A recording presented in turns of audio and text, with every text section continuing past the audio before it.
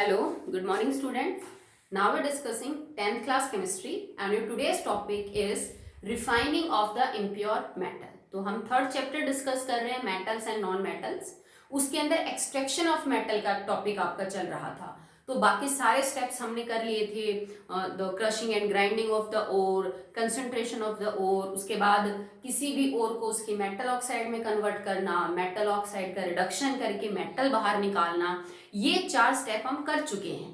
अब मैंने आपको क्या कहा था बेटा कि इन सारे स्टेप से गुजारने के बाद जो मेटल बाहर निकला it is not 100% pure, not even 99.9% pure. Okay, तो इतना सब करने के बाद भी जो मेटल्स बाहर निकले हैं दे मे हैव सम इम्प्योरिटीज.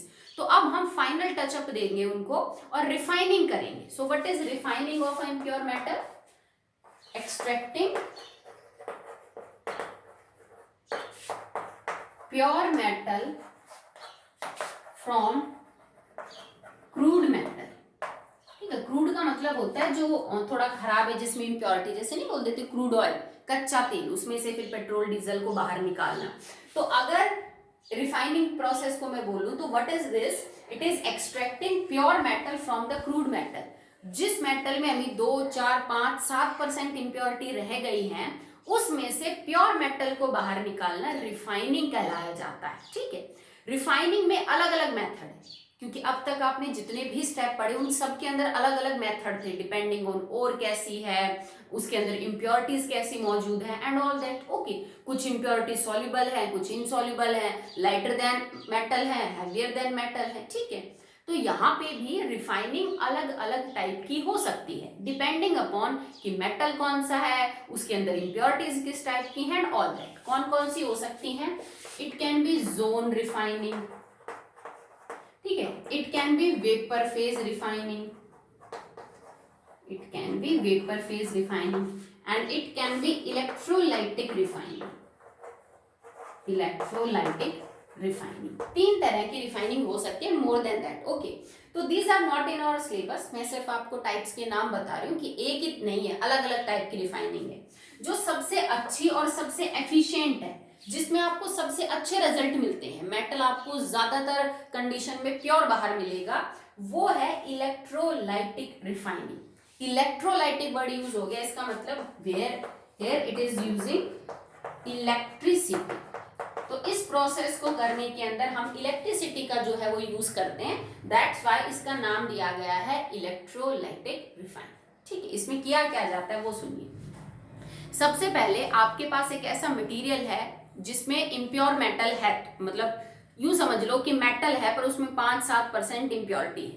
तो उस मेटल को मैं इम्प्योर मेटल बोल दूं जो 4-5 स्टेप्स करने के बाद हमारे पास आया है. So one we have impure metal.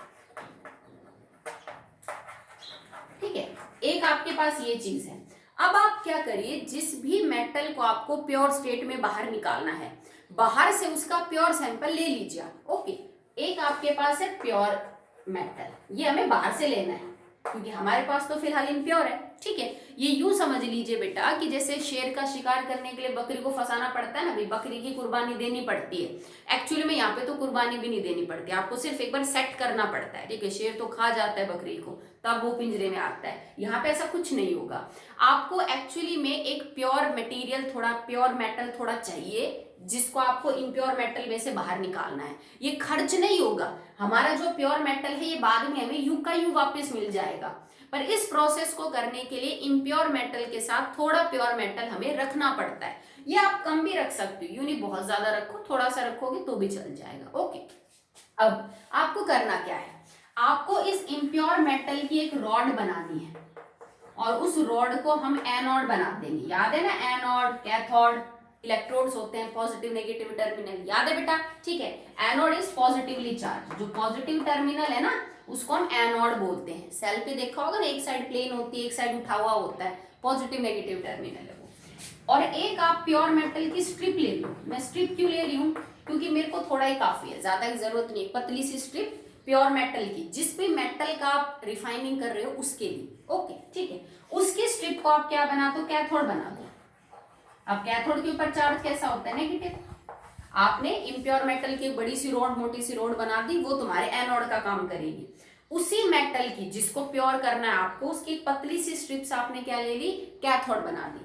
Cathode के ऊपर नेगेटिव चार्ज, एनोड के ऊपर पॉजिटिव चार्ज। ओके, अब आप क्या करिए कि कैथोड और एनोड को वायर के थ्रू बैटरी से जोड़ दीजिए। वो मैं स्टेप अभी आपको करवाती हूँ, बट उससे पहले ये जो तरीका हम यूज कर रहे हैं रिफाइनिंग ऑफ मेटल का, ये आप किस किस मेटल के लिए यूज कर सकते हैं। तो बेटा it can B use for copper, zinc, tin, nickel, silver, gold. In metals के लिए आप ये तरीका यूज कर सकते हो, बिकॉज मैंने बोला ना आपको कि रिफाइनिंग अलग अलग टाइप की है, उसमें से एक हम पढ़ रहे हैं, तो अलग अलग टाइप की रिफाइनिंग है, तो मतलब अलग अलग मेटल्स के लिए यूज की जाती होंगी। ये जो रिफाइनिंग आप पढ़ रहे हो दैट इज इलेक्ट्रोलाइटिक रिफाइनिंग, इसको हम copper, zinc, tin, nickel, silver और गोल्ड मेटल के लिए यूज कर सकते हैं। ओके, तो चलिए अब मैं आपको बताती हूँ एक्चुअली में ये वर्क कैसे करता है। अभी तक मैंने आपको क्या समझाया कि इम्प्योर ऑलवेज, बेटा इसमें आप गलती मत कर देना, ये बड़ा इंपॉर्टेंट क्वेश्चन है कि इम्प्योर मेटल का क्या बनाया जाता है। ये हमेशा ही एनोड बनेगा इम्प्योर मेटल, और प्योर मेटल हमेशा ही क्या बनेगा, कैथोड। ठीक है, अब आपने एक बड़ा सा इलेक्ट्रोलाइटिक टैंक लिया, क्योंकि कोई फैक्ट्री जब ऐसा काम करेगी तो बहुत बड़े पैमाने पे करेगी ना। एक बड़ा सा इलेक्ट्रोलाइटिक टैंक है ये, उसमें मैंने एक ले रखी है एनोड। ठीक है, this is my anode, charge is positive. Okay, and this is my cathode. मैंने पतला बना दिया, इसकी जरूरत नहीं इतना मोटा लेने की। Okay, so this is cathode and this is negatively charge. Okay, और मैंने इसको बैटरी से कनेक्ट कर दिया है। बीच में आप एक स्विच लगा दीजिए, और उसके बाद हमने इसको बैटरी से कनेक्ट कर दिया है वायर के थ्रू। ठीक है, अब नेगेटिव को नेगेटिव से कनेक्ट कर दो और पॉजिटिव को पॉजिटिव से कनेक्ट कर दो। ठीक है, ये आपका एपरेटस है, बीच में आपने एक की वगैरह भी लगा सकते हो, ओपन क्लोज करने के लिए जो स्विच होता है वो यूज कर सकते हो। इन दोनों इलेक्ट्रॉन्स को डुबाना है उसी मेटल के सॉल्यूशन में जिसको आप बाहर करना चाहते हो। ठीक है, मैं एक एग्जांपल लेके इस चीज को समझाती हूँ। जैसे मान लो तुम्हें कॉपर की ही इलेक्ट्रोलाइटिक रिफाइनिंग करनी है, तो आप क्या करो, इम्प्योर जो आपका कॉपर है ना वो तुम्हारा एनोड है, इम्प्योर कॉपर एनोड। ठीक है, जो प्योर कॉपर है वो कैथोड है, और कॉपर का ही कोई सॉल्ट आप एक सॉल्यूशन की तरह यूज करो यहाँ पे, जिसमें ये दोनों इलेक्ट्रोड डूबे रहेंगे। इस सॉल्यूशन को हम बोलते हैं electrolytic solution, electrolytic solution. Okay, ये सॉल्यूशन उसी मेटल का होना चाहिए जिस मेटल को आप साफ कर रहे हो। जैसे मुझे कॉपर का इलेक्ट्रोलाइटिक रिफाइनिंग करना है, तो कॉपर का ही कोई कंपाउंड होना चाहिए। अगर मैं जिंक का करूंगी तो जिंक का कोई कंपाउंड होना चाहिए। ठीक है, तो मैं यहाँ पे कॉपर का एक कंपाउंड ले रही हूँ, CuSO4 एक्वस कंडीशन। मैंने कॉपर सल्फेट का एक्वस कंडीशन में सॉल्यूशन बना के यहाँ रखा, उसमें प्योर कॉपर कैथोड की तरह डुबो दिया, एनोड जो है वो इम्प्योर कॉपर है, तार के थ्रू बैटरी से मैंने कनेक्ट कर दिया। अब होगा क्या, जब तुम ये की को ओपन करोगे, मतलब जब तुम्हारा ये जो सर्किट है ना ये ओपन कंडीशन में होगा, चलेगा, सॉरी क्लोज कंडीशन। ये देखिए जैसे आपने इसको कनेक्ट किया, दिस इज द की, ये आपकी बैटरी है, नेगेटिव से नेगेटिव और पॉजिटिव से पॉजिटिव। जब आप इस की को यहाँ पे लगा देंगे तो करंट स्टार्ट्स फ्लोइंग। ये सॉल्यूशन, ये भाई मेटल के ही तो है आपके पास, इनके अंदर से करंट गुजरेगा, सॉल्यूशन में करंट आएगा। ठीक है, तो अब इस कंटेनर के अंदर, इस इलेक्ट्रोलाइटिक चैम्बर के अंदर रिएक्शन होनी स्टार्ट हो जाएंगी। ठीक है, और उन रिएक्शन से आपको समझ आएगा कि एक्चुअली में हमने इलेक्ट्रिसिटी को यहाँ मेटल को प्योर करने के तौर पे कैसे यूज किया। Okay, so now after passing electricity what will be the reaction at cathode. तो बेटा कैथोड वो टर्मिनल है जिसपे हमेशा ही होता है रिडक्शन, और एनोड वो टर्मिनल है जिसपे हमेशा ही होता है ऑक्सीडेशन। ठीक है, तो सबसे पहले एनोड पे क्या होगा भाई, एनोड मेरा ये है, जैसे ही आप करंट पास करोगे ये एनोड के अंदर जो भी कॉपर है, क्योंकि मान लो 95% कॉपर और 5% इम्प्योरिटी है, तो यहां से 95% कॉपर जो है ना इस रॉड से छूट के और इस सॉल्यूशन में घुलने लग जाएगा। मतलब रॉड धीरे धीरे पिघलने लग जाएगी और उस रॉड में से जो कॉपर है ना वो इस सॉल्यूशन में आ जाएगा। ठीक है, अगर कोई इम्प्योरिटी जो इस इम्प्योर कॉपर में थी वो इस सॉल्यूशन में घुल सकती है तो वो सॉल्यूशन में घुल जाएगी। अगर कोई इम्प्योरिटी सॉल्यूशन में घुल नहीं सकती तो वो इस रॉड के नीचे ढेर सा बढ़ जाएगा उसका इम्प्योरिटी का। इस रॉड के नीचे जो इम्प्योरिटीज का ढेर बनेगा उसको हम बोलते हैं एनोड मड। एनोड मतलब एनोड का कीचड़ जो उसके नीचे इकट्ठा हो जाएगा, ठीक है। तो ये रॉड धीरे धीरे सिकुड़नी स्टार्ट हो जाएगी, धीरे धीरे यूं समझ लो छोटी होने लग जाएगी। तुम्हें लगेगा पिघल रही है, जैसे मोमबत्ती पिघलने लग जाती है ना, ऐसे, ठीक है। और इसके अंदर का जो कॉपर है वो सॉल्यूशन में आ जाएगा, जितना भी आता है, ठीक है। और क्योंकि सॉल्यूशन में भी तो ऑलरेडी कॉपर है, बिकॉज सॉल्यूशन कॉपर सल्फेट का है, तो सॉल्यूशन का जो कॉपर है ना वो इसके ऊपर चिपकना शुरू हो जाएगा। ये प्रोसेस होगा, इसके अंदर का कॉपर इसमें आएगा, उतना ही कॉपर, अगर 2 ग्राम यहां से यहां आ रहा है तो 2 ग्राम यहां से इसके ऊपर डिपॉजिट होता रहेगा।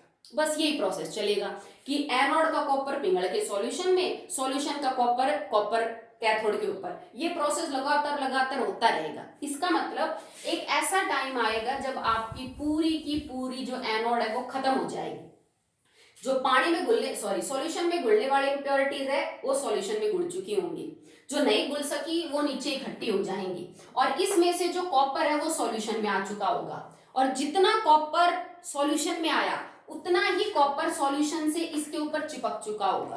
तो धीरे धीरे ये सारा खत्म हो जाएगा और कैथोड के ऊपर आपका कॉपर चिपक जाएगा, कैथोड की रोड मोटी हो जाएगी जैसे जैसे पूरा प्रोसेस खत्म होगा, ठीक है। ये आपकी कैथोड की रोड है। अब इसका मतलब यहाँ पे जितना भी कॉपर था वो सब इसके ऊपर चिपक चुका है, ठीक है भाई। जो हमने प्योर कॉपर की स्ट्रिप ली थी वो तो यूं की यूं है, उसका तो कुछ बिगड़ा ही नहीं, ठीक है। जबकि यहाँ से सारा कॉपर सॉल्यूशन में आया और सॉल्यूशन से कॉपर यहाँ चला गया, मतलब हमें इसमें से प्योर कॉपर मिल गया था। आप इस स्ट्रिप को बाहर निकाल लो, इसके ऊपर प्योर कॉपर चिपका हुआ है, जितनी भी इंप्योरिटीज है वो सारी नीचे है या इस सॉल्यूशन में, तो सॉल्यूशन तो इसके साथ रिएक्ट कर नहीं रहा, इसको आप बाहर निकाल लो। ये जो एनोड मड है ना ये भी बड़े काम का होता है बेटा। ये नहीं कि एनोड मड कीचड़ है तो आपके किसी काम का नहीं, इस कीचड़ में भी कई इंपॉर्टेंट मेटल्स हो सकते हैं, इवन गोल्ड एंड सिल्वर, ठीक है। हो सकता है कि इसमें चांदी और सोने जैसे इंपॉर्टेंट मेटल्स भी प्रेजेंट हो, तो इसको भी साफ करना पड़ता है ताकि इसमें से वो प्रीशियस मेटल बाहर निकले। इस प्रोसेस में आप बिजली यूज करते हो, बिजली बहुत महंगी होती है बेटा, ठीक है। तो इस प्रोसेस की जो कॉस्ट है, जो इसकी लागत आएगी वो इससे निकल सकती है, क्योंकि इसमें अगर वैल्यूएबल मेटल्स मिल गए तो आप उनको बेच के इसकी कॉस्ट को थोड़ा ठीक कर सकते हो। ओके, प्रोसेस मैंने समझा दिया। अब रिएक्शन लिखते हैं। तो देखो एनोड पे क्या हुआ है, एनोड पे हमेशा ऑक्सीडेशन होगा। मेरा एनोड ये था, ठीक है। तो एनोड पे ऑक्सीडेशन क्या हुआ भाई, एनोड के अंदर जो कॉपर था वो कन्वर्ट हो गया कॉपर 2 पॉजिटिव और 2 इलेक्ट्रॉन, भाई loss of electron is oxidation, ठीक है। कैथोड पे क्या होगा, जो कॉपर 2 पॉजिटिव था, कौन सा कॉपर 2 पॉजिटिव, मैं लिख देती हूँ, जो मेरा सॉल्यूशन में था, इस रॉड से कॉपर 2 इलेक्ट्रॉन देगा यहाँ और नीचे आ जाएगा कॉपर 2 पॉजिटिव में, ठीक है। फिर सॉल्यूशन का जो कॉपर 2 पॉजिटिव है, समझ रहे हो बात, इसका कॉपर तो सॉल्यूशन में आएगा, पर सॉल्यूशन में जो पहले से कॉपर पॉजिटिव है, कॉपर 2 पॉजिटिव, ये सॉल्यूशन वाला कॉपर 2 पॉजिटिव इसके ऊपर चिपक जाएगा। मतलब जितना यहां से यहां आएगा उतना ही यहां से यहां चला जाएगा। यहां कॉपर आएगा एनोड वाले से, इसके ऊपर जो कॉपर चिपकेगा वो कॉपर सल्फेट वाला होगा, ठीक है। तो कॉपर 2 पॉजिटिव फ्रॉम सॉल्यूशन ये 2 इलेक्ट्रॉन ले लेगा जो किसने दिए थे, एनोड ने दिए थे, और कन्वर्ट हो जाएगा कॉपर में। ये कॉपर हमें कहां जमा मिलेगा, कैथोड पे। देखो कितना सिंपल प्रोसेस है। क्या हुआ, एनोड का कॉपर सॉल्यूशन में आया, ठीक है। यहां कॉपर से ये हुआ कॉपर 2 पॉजिटिव, सॉल्यूशन में आ गया, 2 इलेक्ट्रॉन दे दिए।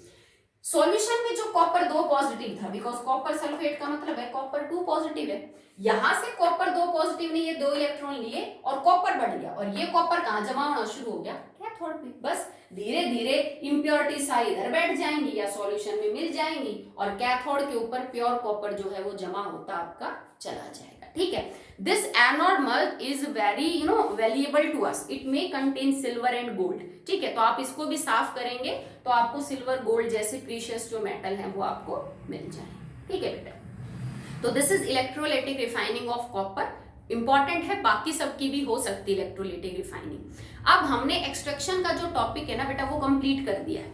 इसके बाद जैसे आप अपनी बुक में ये टॉपिक कंप्लीट करोगे, लास्ट वाले पेज के ऊपर, इससे जो अगला पेज है उस पे अब तक हमने जो एक्सट्रैक्शन का प्रोसेस पढ़ा उसको एक फ्लो चार्ट की फॉर्म में बना रखा है कि पहले आप ये करेंगे, फिर ये करेंगे, फिर ये करेंगे, और सल्फाइड है तो ये करो, और कार्बोनेट है तो ये करो, मेटल बहुत ज्यादा रिएक्टिव है तो ये प्रोसेस करो, कम रिएक्टिव है तो ये करो। मतलब अब तक हमने 7-8 दिन में जो थ्योरी का पोर्शन पढ़ा है उसको शॉर्ट में एक चार्ट के फॉर्म में समझा रखा है। तो इतना लिखने के बाद वो 2 चार्ट बना रखे हैं आपकी बुक के नेक्स्ट पेज पे, ठीक है। इस टॉपिक के बाद वो आप अपनी फेयर कॉपी में नीट एंड क्लीन एकदम ड्रॉ कर लेना, आपको ब्रीफ मिल जाएगा कि एक्चुअली में हमने क्या अब तक पढ़ा है, ठीक है। तो इसके बाद इसमें 2-3 दिन का काम बचता है, फिर आपका ये चैप्टर कंप्लीट हो जाएगा। ओके बेटा, थैंक यू।